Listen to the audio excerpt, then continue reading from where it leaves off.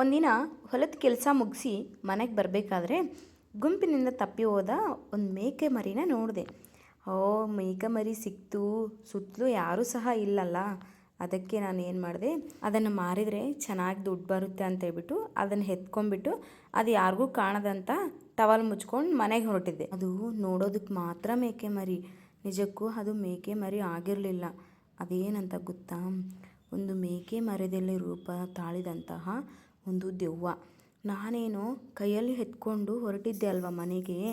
ಇನ್ನೇನು ಹೋಗ್ತಿದ್ದಂತೆ ಆ ಮೇಕೆ ಬಲು ವಜಾ ಆಗ್ಬಿಡ್ತು ಕೈ. ಇನ್ನೇನು ನನ್ನ ಕೈಲಿ ಎತ್ಕೊಳ್ಳೋಕ್ಕಾಗ್ದಿರೋಂಥಷ್ಟು ವಜಾ ಆಗ್ಬಿಡ್ತು. ಆವಾಗ ನನಗೊಂದು ಡೌಟ್ ಬಂತು, ಯಾಕೆ ಈ ಮೇಕೆ ಮರಿ ಇನ್ನೂ ವಜಾ ಆಗ್ತಾನೆ ಇದೆ ಅಲ್ವಾ, ಏನಕ್ಕೆ ಈ ಥರ ಆಗ್ತಿದೆ ಅಂತೇಳ್ಬಿಟ್ಟು. ಮತ್ತೊಂದು, ಇದು ಅರಸ್ತಾನೇ ಇಲ್ಲ, ಯಾಕೆ? ಮುಂದೆ ಏನಾಯ್ತು ಅಂತ ತಿಳಿದರೆ ನೆಕ್ಸ್ಟ್ ಪಾರ್ಟ್ ನೋಡಿ, ಹಾಗೂ ವಿಡಿಯೋ ಲೈಕ್ ಮಾಡಿ.